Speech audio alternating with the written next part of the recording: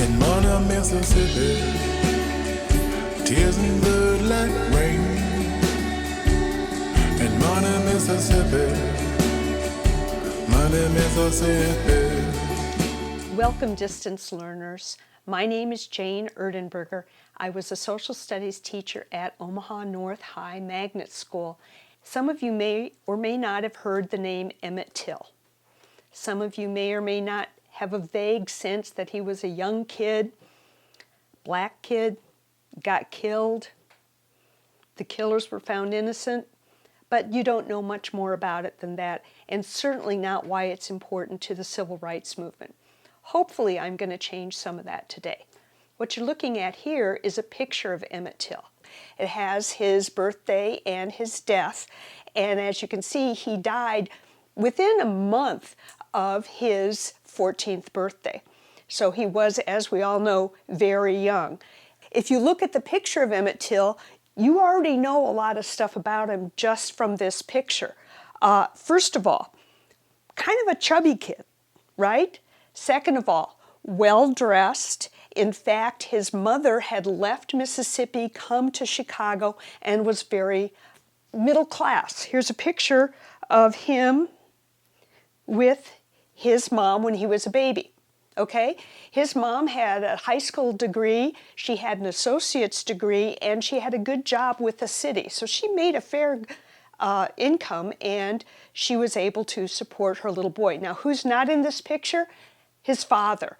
The reason his father's not in this picture is because he had been a soldier in World War II and had died while he was still little. So he never knew his dad, and he was raised by his mother. Now that's a very important piece of information, because what you see in this picture is he's 9 years old in this picture. Clearly a chubby kid. The only man in his mom's life. Middle class, Chicago, and by all reports, kind of a goofball. My guess is that most of you guys know somebody who may or may not be a little bit chubby, who just likes to make people laugh all the time. So we have funny kid, treated like a grown-up, growing up in the middle class in Chicago, the only man in his mom's life, okay? So this is the kid who ends up going down right after his 14th birthday for his first trip to Mississippi. His mom reports that she was very worried about this because, as you already can imagine, living as an African American in Chicago, which was very integrated, in fact, he went to an integrated school, compared to being an African American in Mississippi is very different. What you're looking at right now is a slide of sort of the family structure that Emmet Till had. If you see in the bottom left-hand corner, there's Emmet. His mom's name was Mamie. She actually was married 3 times. The first to Lewis Till, who, as I mentioned earlier, died in 1942. Her mother is the person that moved to Chicago. Her mother's brother was Reverend Moses Wright, and that's the picture that's there on the screen.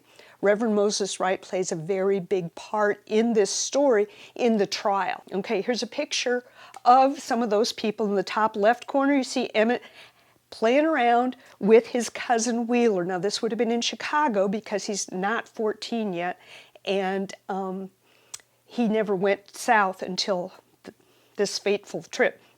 Bottom right is Simeon, who, like I said, was 12 years old, with his father. If you look at the date of the picture, it was approximately a week or two after Emmet Till was killed. Okay, this is something I'm sort of excited to share with you because in preparation for giving this presentation, I did a little bit of extra research, and this is relatively new information. What you're looking at here is the picture of the so-called white girl that Emmet Till bragged was his girlfriend, okay? What you see is on the top left corner of the screen is her high school picture. He did not know her in high school because he was already dead. And then the main picture is what she looks like today.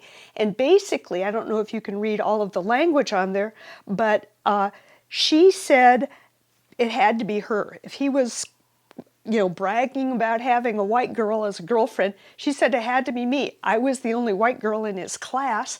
We sat next to each other, but we weren't boyfriend and girlfriend. And she described him as a very nice, gentlemanly young man. Okay, Emmett Till goes to Mississippi. He's hanging with his cousins. They're picking cotton in the morning and swimming in the creek in the afternoon, okay? They're just having a good old time. And most afternoons they went into Money, Mississippi. Money, Mississippi is a very, very small backwater town. And as you can see here, it's the picture of the Bryant's grocery store. The Bryants were very poor white people. They did not have their own house. They lived over the store. They were, maybe the term today might be white trash, okay? They were not part of any social circles in Money, Mississippi at all.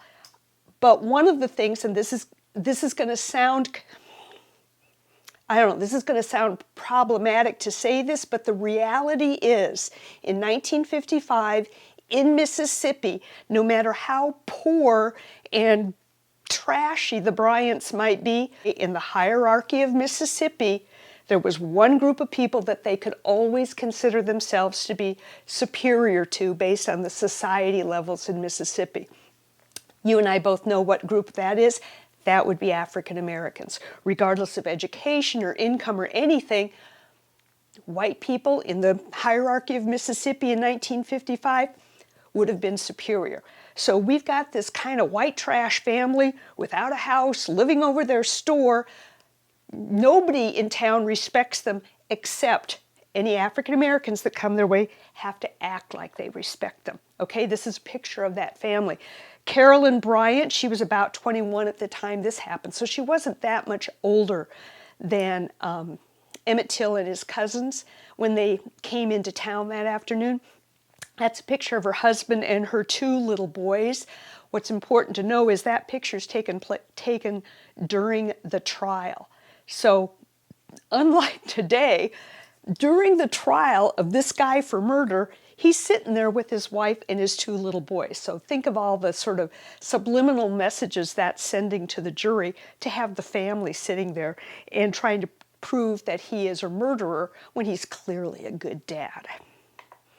This is the picture of the other guy that was accused of murdering Emmet Till, okay, with his wife and his two children. Okay, and that's where Mose Wright was living. That's where Emmet Till was sleeping when they came and got him.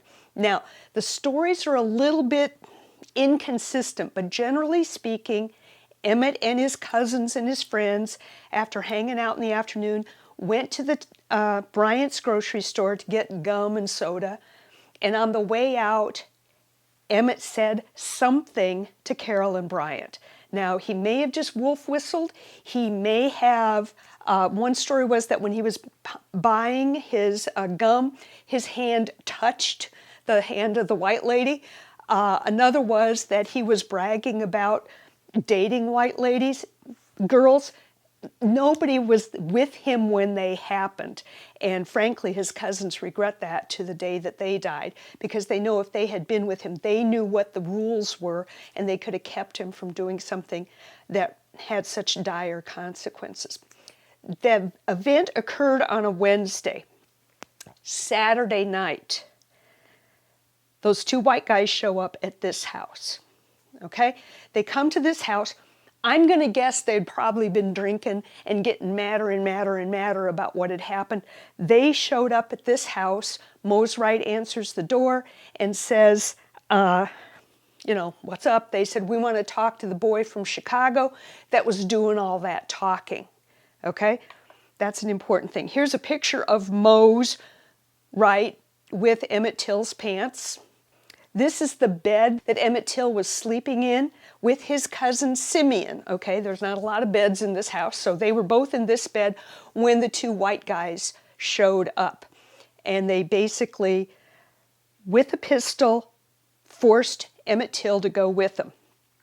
When I was teaching this class, inevitably, somebody in the classroom says, why didn't Mose Wright stop them? Why didn't he get his rifle and stop them? Why didn't he keep them from taking Emmett Till with him? Excellent question for 2020. Out of touch question for 1955. If Mose Wright had pitched a fit at all, the next thing that would have been happened would he'd be dead, his wife would be dead, every child he had would be dead, his house would be burned down, and nothing would happen to the people that did it. So in his mind, he was doing the smartest thing that he could, which was let them take Emmett. He thought that they were just going to rough him up. Not that that's okay, but he figured they were just going to rough him up and bring him back or put him on the train back to Chicago. It never entered his mind that they were going to kill him, especially the way that they did. On the other hand, put yourself in his position. What coulda, shoulda he done under the circumstances? We'll never know. Okay? What happened was they took him and they took him up to their farm and they tortured him, they pistol whipped him, and they ended up shooting him through the head from one side to the other, tied him to a cotton gin fan. That's what this is a picture of. It's a picture of the cotton gin fan that he was tied to so that he would sink when they threw him into the river. He was eventually found within a week. He was sent back home to Chicago. This is a picture of his mother and her friends and his casket when it showed up back in Chicago. In fact, they had tried to bury it and call it quits down in Money, Mississippi, but she insisted that it come up to Chicago. Now, this is where Mamie Till made an incredible decision, and that was that she was going to have an open casket for his funeral. You can see how many people in Chicago came to his funeral. This is her with the open casket. Now there's pictures of him, as you can see, most of which are the ones that we already looked at. There he is. That's what he looked like. That's what he looked like in the casket. He had been beat up, he had been shot through the head, and his body had been sitting in the water, in the river, for a week. So those thousands and thousands of people coming by saw the remains of this face as they came past the casket, and proving to the world the incredible depravity of these men, that they would do this to a 14-year-old boy. What we're looking at now is a picture of Mamie Till at the graveside of her son Emmett. Let's recap for a second. Emmett was an impulsive, very young, much beloved son of a middle class, and as you can see in this picture, young and attractive. And what you can't tell is she was very well spoken in all the interviews that she had, so highly educated, black woman. And that combination of factors is what contributed to what happened in Money, Mississippi. Emmet Till behaved like he did in Chicago, and it resulted in white people deciding to kill him. Here's the trial. The courthouse in Sumner, Mississippi, which is the town closest to Money that had a courthouse, there is a plaque on the outside of the courthouse commemorating the fact that this is where the trial took place. This was one of the people who was tried for murdering him. He's the husband of the woman that was in the store behind the counter when Emmet Till was there. This is the other guy that was accused of murdering Emmet Till. He's the half-brother of that first man. In fact, the trial hung on whether it was even Emmet Till at all. His mother identified the body in part because he was wearing his father's ring. But part of the argument was that you couldn't prove it was Emmet Till. You couldn't prove that these people had had anything to do with it. There were no eyewitnesses, so on and so forth. I think you catch the drift. These people showed up at the risk of their own lives to report some of the things they had seen that night. Now, nobody was an eyewitness to the murder of Emmet Till, but these people had seen the truck go up to Moses' house. Another one's heard something happening in one of the sheds at Milam's farm. Again, very circumstantial and clearly not enough to qualify as an eyewitness account, but they were sticking their necks out to show up and to even contribute to the prosecution of Bryant and Milam. What you're seeing here is a picture of Mamie Till. She came down to watch to attend the trial. The gentleman to her left is, as it says below, Representative Charles Diggs. This was a pretty high-profile case, certainly in the African American community. And they came and watched the trial, and one of the things that happened was Carolyn Bryant testified that Till had grabbed her on the hips and told her he had sex with white women before using an obscenity. This is incredibly hard to believe.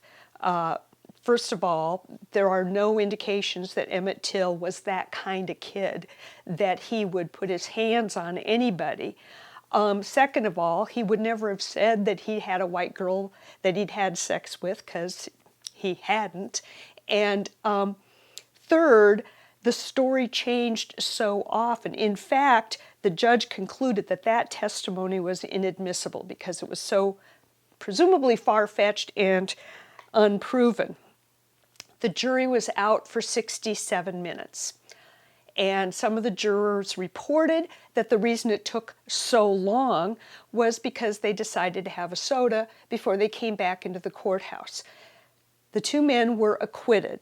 They were not found guilty of killing Emmet Till. Picture of the families celebrating their acquittal. 4 months later, these two men sold their story to Look magazine for $4,000. In that story, they admitted that they had kidnapped Emmet Till, tortured him, and killed him. Double jeopardy applied, and they could not be tried again. As you can imagine, everybody in town knew that Bryant had killed Emmet Till. And this white trash couple was not accepted at any point after that. Now, they protected them, they circled around him when he was charged with murdering a little black kid, but they did not support him or have anything to do with him after the trial. And as you can see from this slide, the grocery store eventually had to be abandoned. What happened to everybody? In 1980, J.W. Milam died of cancer. In 1990, Roy Bryant died of cancer. Carolyn Bryant, the young lady who accused Emmett Till of doing something that ended up with his death, actually is still alive. She is living in Greenville, Mississippi.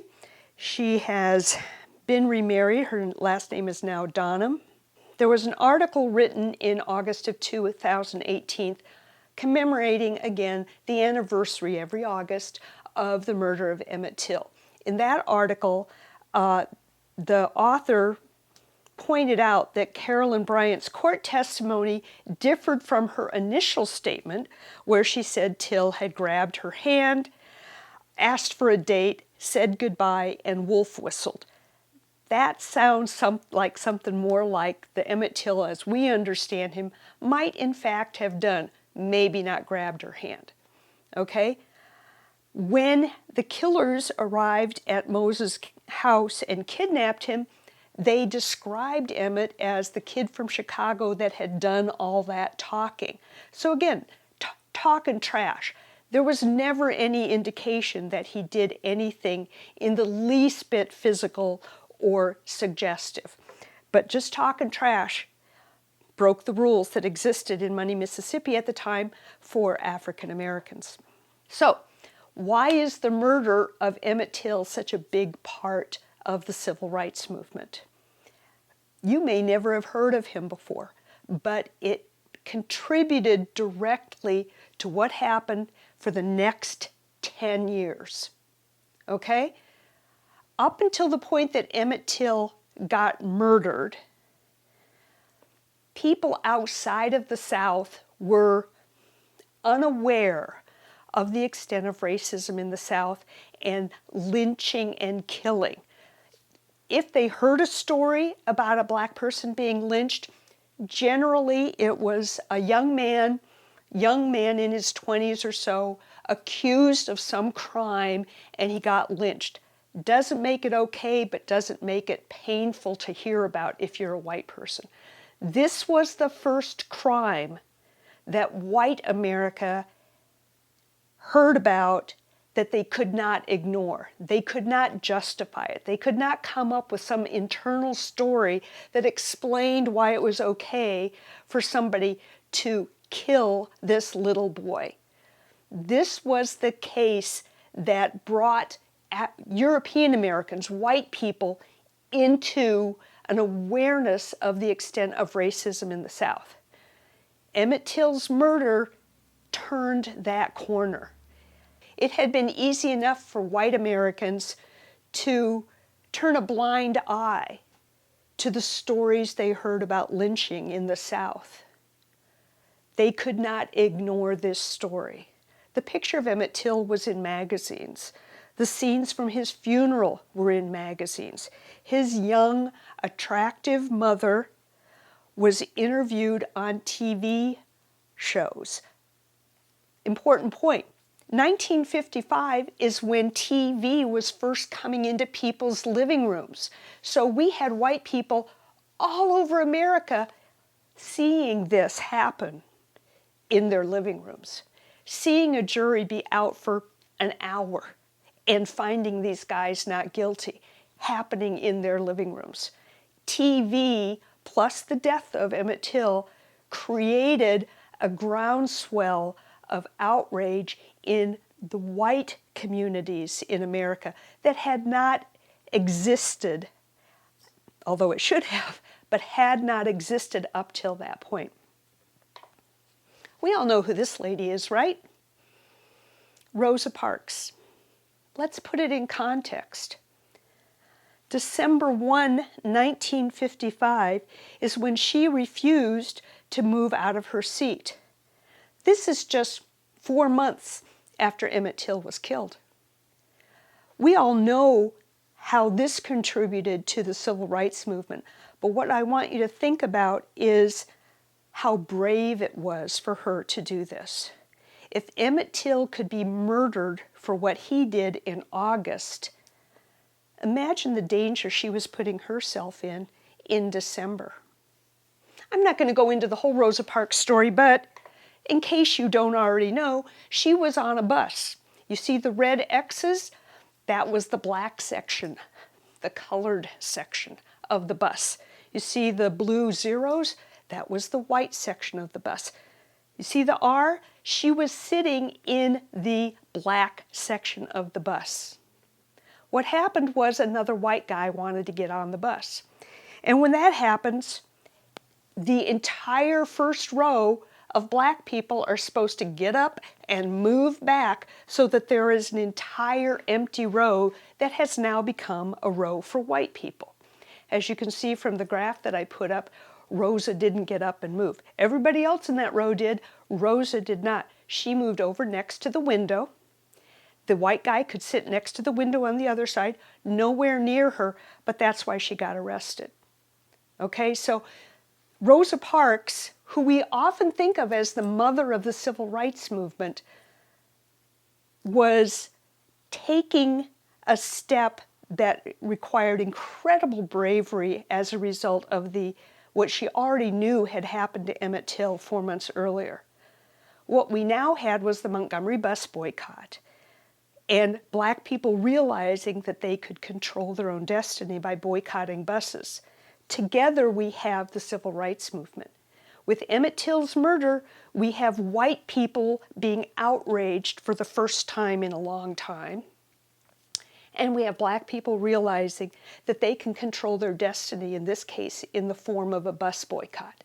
And together, the civil rights movement was born in 1955.